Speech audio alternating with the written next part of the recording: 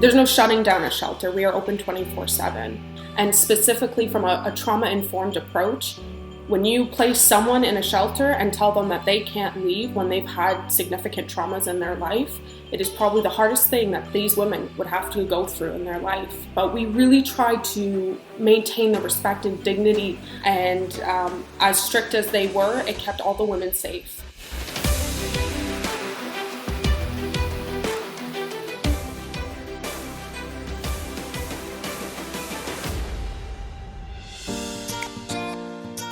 My name is Szwec. I graduated from the Bachelor of Community Mental Health and Addictions program at Seneca, and I graduated in April of 2019. I work full-time at Belinda's Place, which is a single women's homeless shelter in York Region. We have women that have various chronic illnesses. We service women up to 60, 80, 90 years old, and we are actually the only single woman homeless shelter in the York Region. I basically oversee not only the women who are at Belinda's Place, but I also oversee the caseloads of the frontline caseworkers there. So I make sure not only that our clients are happy, but I make sure that the frontline staff are happy. And I coordinate with the aftercare team and the management team at Belinda's Place. When it comes to my position, I tend to do it all. Sometimes I'll be cooking, sometimes I'll be cleaning, sometimes I'll be doing intakes.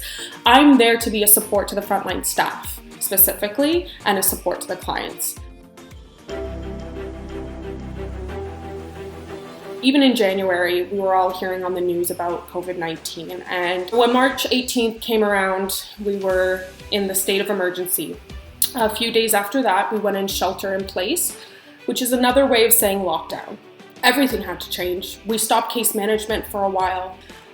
When it came to shopping, we would take the clients out ourselves. We would make modifications in the Salvation Army vans to make sure there was a safe distance between the driver and the client. We had to wear masks even before the lockdown. That was a huge change, just wearing masks for 12 hours a day. The messaging and the education that we had to focus on during the pandemic to our clients to make them feel safe and secure and not ostracized was significant. It was tough, but I can confidently say we haven't had one single case of COVID-19 within our building. And that is definitely due to the health and safety procedures that we had to implement during this time.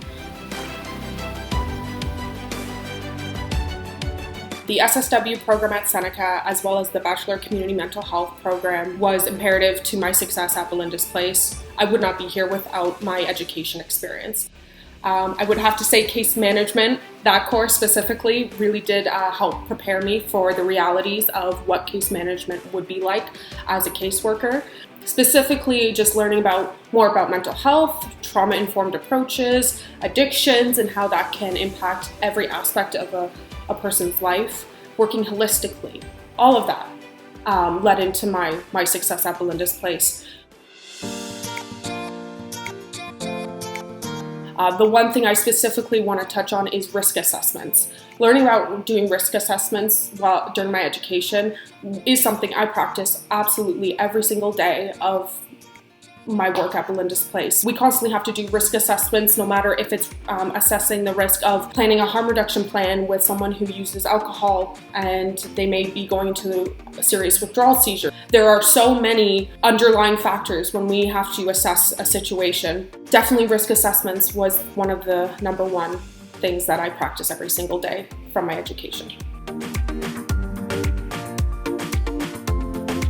I value a lot of things at Seneca. I didn't feel like I had a voice before Seneca, but with the knowledge and skills, it gave me the strength to go for it.